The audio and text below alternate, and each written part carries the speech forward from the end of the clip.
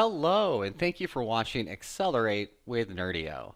In today's video, we're going to discuss using the file restoration feature directly in Azure Backup.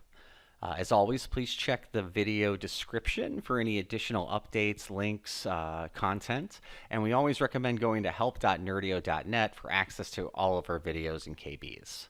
Let's go ahead and jump right in. So our agenda today is we're going to quickly touch on the Azure Backup features already in Nerdio, and then we're going to look at the Azure portal and look at the file recovery feature. So prerequisites, right? You need to have Azure Backup enabled, and you need to have a current snapshot of the VM that you want to do file recovery from. Let's go ahead and jump right into the portal. So just as a reminder, the Nerdio admin portal allows you to enable Azure Backup and set up a frequency of 1 a day with 30-day retention. In addition, you can also decide whether a server or VM gets backed up directly here. Keep in mind, if you were to use the restore function in the Nerdio admin portal, it actually overwrites the server in place. So if we want to do something file level, you're normally going to use restore previous versions from shadow copies directly in the environment. Or in this case, we're going to use the file restoration feature directly in the Azure portal. So again, just a quick review of that. So in this case, right, we've got FSO1. We see we've got a last backup. We actually want to use that to get our file restoration, right? So I'm going to jump into the Azure portal. And to do that, I'm going to jump onto FSO1 itself to kind of simplify the restoration process.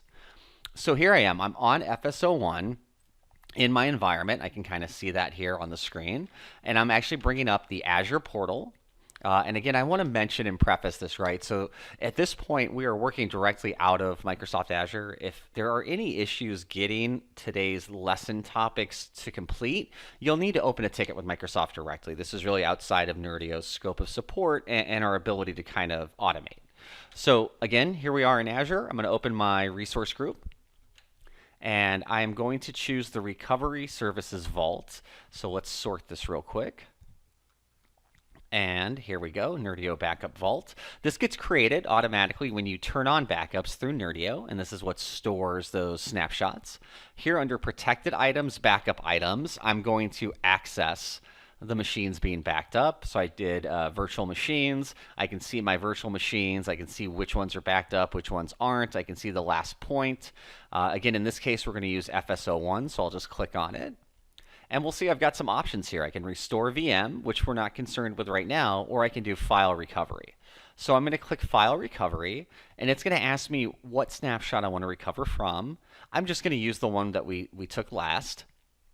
And then we'll see that it's now going to generate a script that I can execute and a password that I'll need to run. So really, this is going to create a background task running through a PowerShell, connecting to Azure, and allowing me to mount those drives. So I'm going to click Download Executable, and we'll see it's going to start to generate a password and download and generate a script. I'm going to hit pause while I wait for that to complete. It takes about a minute.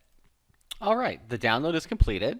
I'm going to click download here, or sorry, the generation is completed. Now we're downloading the file. We can see it. I'm just going to hit save. I'm not going to try to run it from my downloads folder. We prefer to run it from a temp folder. So that's done. I'm going to go ahead and copy this.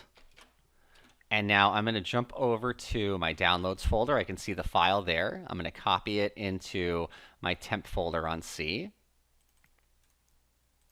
And then I'm going to run this as an administrator. And I didn't preface this before, right? I am logged in as a domain admin into this server. You will need administrative rights to run these features. So it's now opened up this prompt. I'm going to paste in that password from the portal. Maybe it didn't copy it for me. Let's try that one more time. And I'm going to paste that in here. There we go. And so now this is going to kick off, and this will just take a moment. Let's see, it looks like my previous testing has a session, so I'm going to go ahead and proceed. And now it's asking me to run this secure tunnel application. I'm going to say run. And we'll give this just a moment. It's going to connect. As we can see, this is all happening within Azure. It's getting the recovery points set up for me, and it's going to mount them as drives that I can access in this environment. And we'll see those in here in just a moment.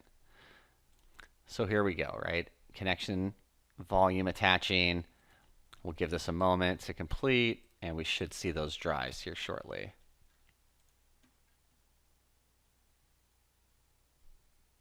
And there we go. They're starting to pop up here. So we can see the recovery volumes have attached. The drives are there, and then we can actually see them here and start to attach and recover files.